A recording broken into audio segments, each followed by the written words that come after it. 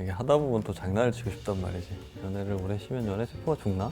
이 질문은 너무 어렵다 사실. 패스. 어휴 어렵다. 질문이 정말 마지막에 나오네요. 진국인 남자는 오늘은 제가 여러분들의 연애 상담을 부족하지만 최선을 다해서 성심성의껏 해보도록 하겠습니다. 자, 제가 하나 뽑도록 할게요. 이렇게 하는 줄은 몰랐지만. 자, 쉬운 거 나왔으면 좋겠다. 해외 롱디 중인데 코로나 때문에 남자친구를 못 만나고 있어요. 어떻게 하면 좋은 관계를 유지할 수 있을까요? 이게 하다 보면 또 장난을 치고 싶단 말이지.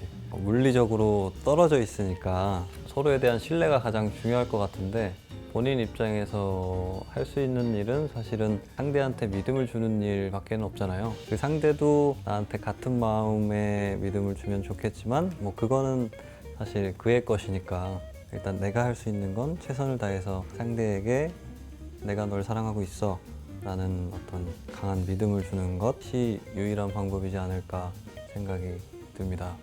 다음 잘 뽑아볼게요. 제가 좋아하는 주황색을.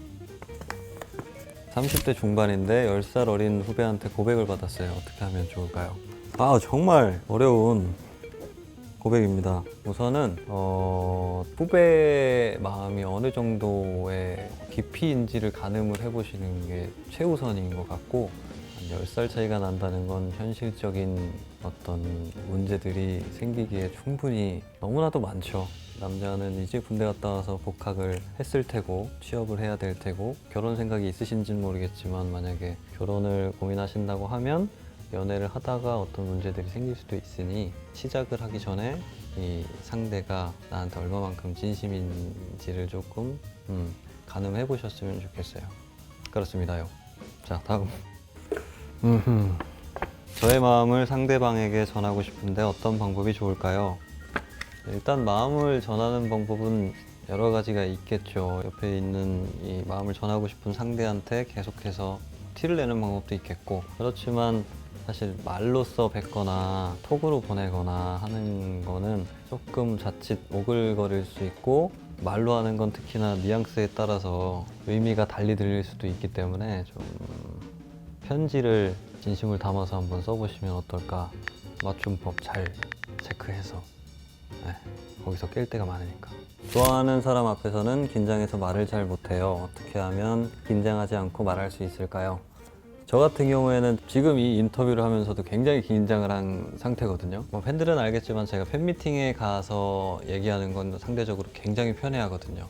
그 이유는 내 앞에 있는 사람들이 나를 좋아해주는 사람이다 라는 마음의 안도가 있어요. 긴장을 하면 긴장을 하는 대로 보여주는 것도 매력으로 보일 수 있다. 나를 좋아하는 사람이 굉장히 떨면서 얘기하면 사실 그거만큼 매력적인 게 없는 것 같아요.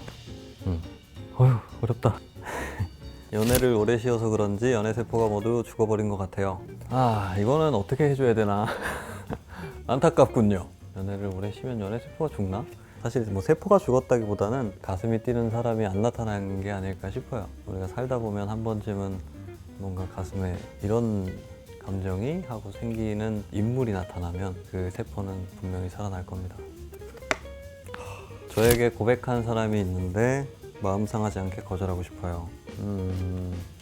마음 상하지 않는 거절은 없는 것 같고, 거절은 명확하게 하시는 게 좋은 것 같아요. 그리고 거절을 하되 그 상대가 나한테 어느 정도의 진심을 가지고 고백을 했는지는 한번 생각을 해보시면 좋을 것 같아요. 상대가 내가 거절을 했음에도 나한테 거절했어 하고 굉장히 적대적으로 돌아선다면 저 사람이 사랑을 했나 싶기도 한 것 같거든요. 거절하고 난 다음에 그 사람도 한 번 더 살펴보시고, 생각보다 괜찮은 사람일 수도 있으니까 다시 보니까 괜찮네 할 수도 있는 거니까. 와, 정말 난해한 질문. 사랑이 존재하나요? 정말로 사랑은 분명히 존재하죠. 분명히 존재하죠. 영원하게 존재한다기보다 순간순간이 존재를 하는 것 같아요. 연인한테 뿐만이 아니라 형태가 여러 가지 모양이 있겠지만 그런 순간들에서 뿜어져 나오는 감정이 사랑이죠. 이 질문은 너무 어렵다 사실. 패스. 인연은 예정되어 있는 걸까요? 만드는 걸까요? 인연이라. 인연이라.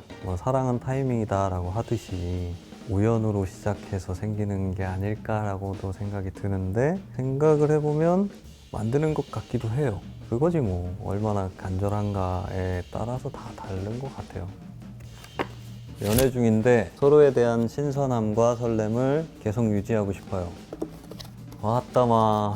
신선함과 설렘을 유지하려면 내가 봤을 시 상대가 주는 거를 당연해지면 안 되는 것 같아요. 그게 마음이든 어떤 선물이든 작은 걸 하나를 받아도, 꽃다발을 하나 받아도 이 친구가 내 생각을 하면서 꽃집에 가서 꽃을 고르고 꽃말을 찾고 뭐 이런 과정들이 있잖아요. 받는 거에서 그치는 게 아니라 그런 과정들을 조금 더 생각을 해보면 조금 더 애틋할 것 같아요.